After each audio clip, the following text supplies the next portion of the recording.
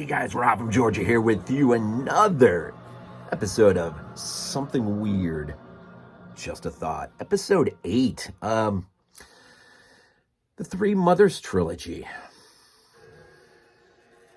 Dario Argento.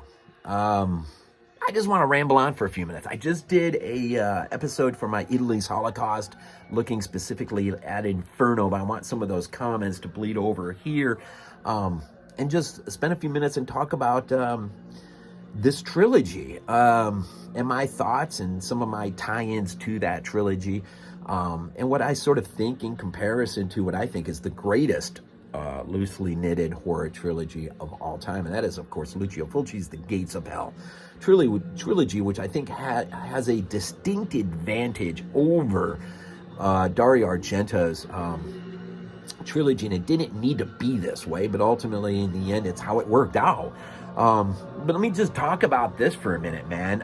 Perhaps with his first film in 77, the greatest score ever. I said that on my review for Inferno as a matter of just consequence. It is what it is. Call it what you will. What Goblin did is out of this freaking world when it comes to this, and it brings so much of this film to life. And I don't know how much it needed it to, but it's one of those, where, you look at a film without the music and you're like, and then the music, it just brings it to life. You think of Halloween, you wonder how Jaws would be without that, seminal score by Williams. The work of Carpenter, as simplistic as it is at times, it just breathes a sort of atmospheric life. And what Goblin did is so absolutely terrifying. I don't think it's ever been replicated, ever, in the history of filmmaking. I don't think it ever has. In fact, maybe this is a good spot to put in maybe your top 3 greatest scores ever to a horror film. I'd be curious to hear that. But thinking on that, Emerson, of course, applied the score to Inferno, and then Claudio Simonetti came back for Mother of Tears, which really the catalyst for these rambling thoughts is I just went back and revisited because it's been a long time since I watched Mother of Tears, hoping that maybe I would think a little bit differently. But we begin in 77 with the seminal classic. If you've not got this on 4K, man, I don't know what you're waiting for. Suspira, of course, my Arrow copy of Inferno, just a loaded release. They did a phenomenal job. A book with a write-up by Alan Jones, poster, cards, all sorts of stuff in there, alternative artwork.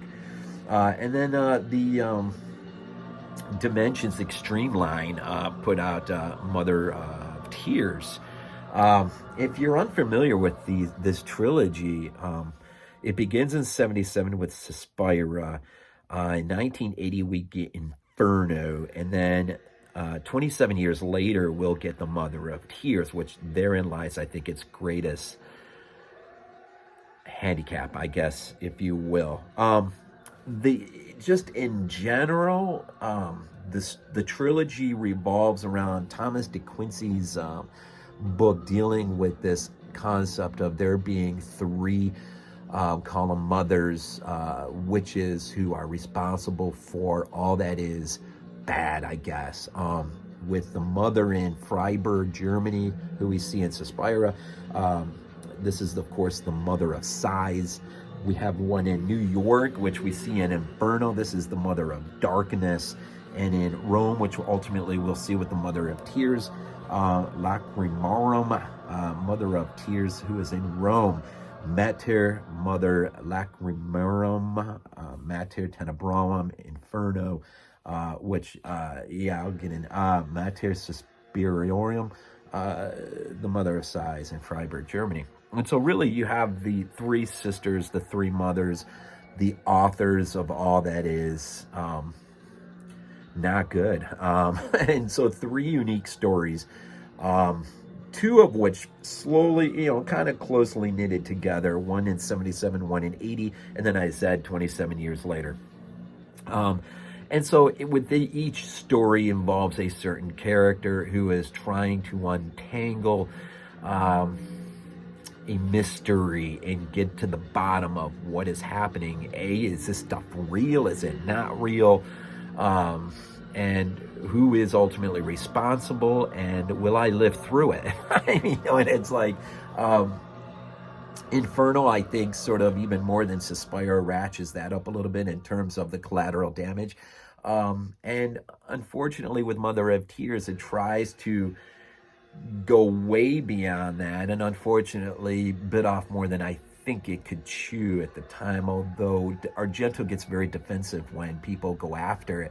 But I think people go after it for good reason. It's not a good film. And it's so distant from what makes both Suspira and Inferno so great. And if I look, okay, you want to do something, okay, let's just, the big thing, and the big problem right here is time.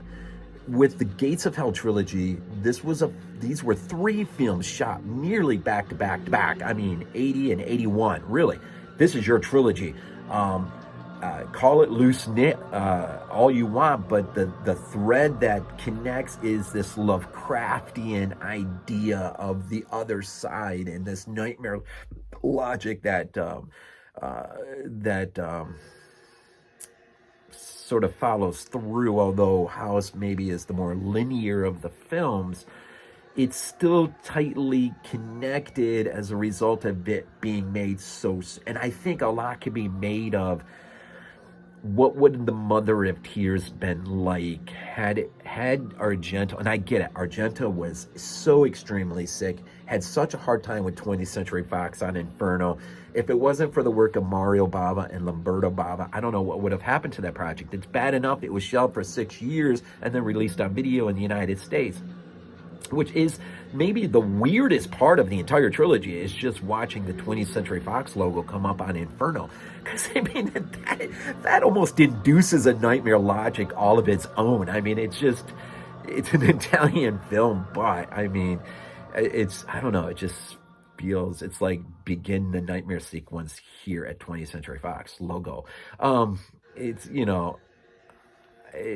think, even if Argento would have been, okay, so let's just say Inferno and it was, I think, an international success. I think it takes a while for to do that in the United States, to become sort of a cult classic, if you will, I guess, or whatever. But I understand there was a script that Dario Argento had, in fact, if not in its entirety, much work involved with, that ultimately in the end, probably because of the relationship, Argento just did not want to mess with. And so ultimately Daria says, that her ideas are not to be found anywhere in Mother of Tears. And that is sad, because I don't know what those ideas were, but it's Daria who is the genesis of Suspira. And without her in that relationship, and I hated that it went sour, but Dario, I think, after Inferno, by dispensing Daria's input, that in the years in between might be the 2 greatest hurdles to overcome for Mother of Tears. Now, Mother of Tears has some interesting concepts embedded within it, but unfortunately, it never finds itself. It brings back some characters who aren't even credited by their, like Udo Kier's. He's a father now, not a doctor who he was. We saw him really young in Suspira. Daria is brought back in a sort of ghostly apparitional role, which is maybe the stupidest part of the whole movie. Asia's role is at best. There's some interesting concepts. The idea of, I think another handicap was not focusing in the first 2 films, focusing on a building, the architectural work of that building, and the builder's hands that constructed those 3 houses. That really is nowhere to be found in the 3rd film.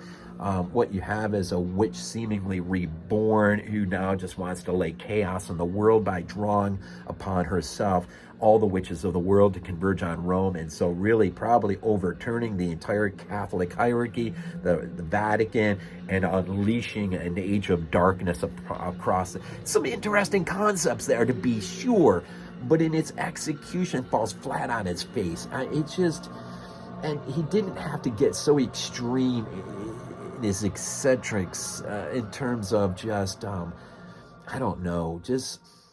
Look, there's a few. I think Udo Kier's death sequence is pretty gnarly. I'll say that. And there's a few scenes like that. But unearthing the coffin, finding the urn, is some interesting concepts. It's sort of like an old Universal. You know, you find something no one should have found, or Black Sunday, right? You unearth it. Something is sprung to life, but you keep it momentarily housed in that location that was built for her. And again, the time that hurts it too is the fact that you don't have Ania Pironi, if that's how you say it. I'm so sorry if I butcher it, because that girl is so phenomenal to look at in Inferno. She, of course, plays the mother of Rome in Inferno. She's Mark is in the academy. She is the one who captures his attention, who has the cat. And unfortunately, I think they did reach out to her, but 27 years, man, people are doing different things at that point, and she just wasn't going to do it. But see, there again, all the possibilities that in life. Look, I get it. Your relationship is going sour with Daria. But I mean, this is, I mean, for the sake of this trilogy, I mean, if you spring, get well, get yourself back together again, rearm, maybe do another film. You do, you know, Tenebrae, and then, you know, sort of take a,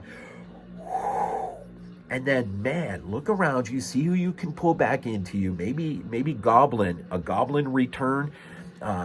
You know, regardless of where your relationship with Daria is at the moment, bring her back in terms of script, and start hammering this thing out, and then create something that is just beyond nightmarish, something that will, in effect, and it doesn't have to be exactly the same, but there are certain things that ought to be kept intact. I mean, the structural, architectural aspect of this three buildings, the three mothers. I do like in the three mothers or the Mother of Tears, how they look, how they sort of try to connect with certain things in previous films. But that could have been done much better to effect. I think it's sort of, I don't know, in the end, it's a little cheap, actually. I'm glad they did it, but it just sort of, you know, you're not gonna, this is like a small minor Band-Aid to cover a really terrible wound. And it's not going to work in the end, and so ultimately, I think this trilogy is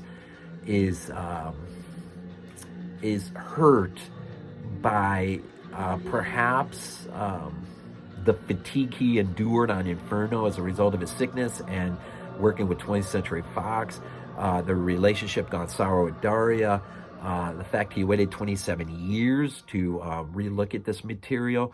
And I'll just venture off a little bit and say this, with the new, and I have not revisited since I first watched it, but I do have it on my shelf, the new Suspira, the remake.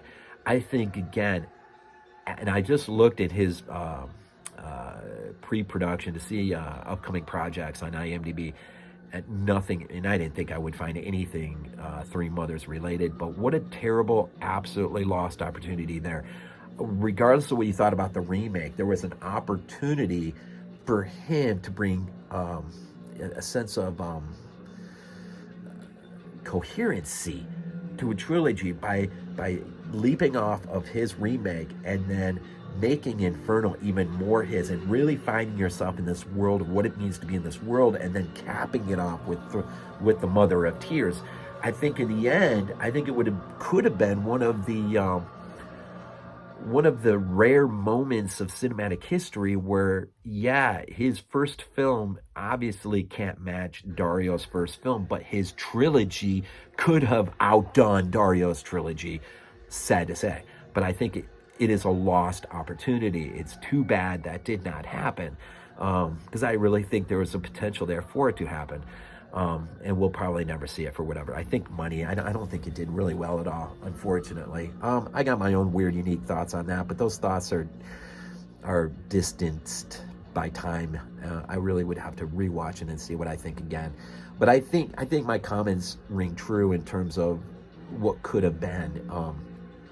And so, looking back on this trilogy, for me, the Gates of Hell is like here. The Three Mothers trilogy is kind of like here. A lot of that is the Three Mothers. Or the Mother of Tears film itself probably does the most amount of damage to that trilogy.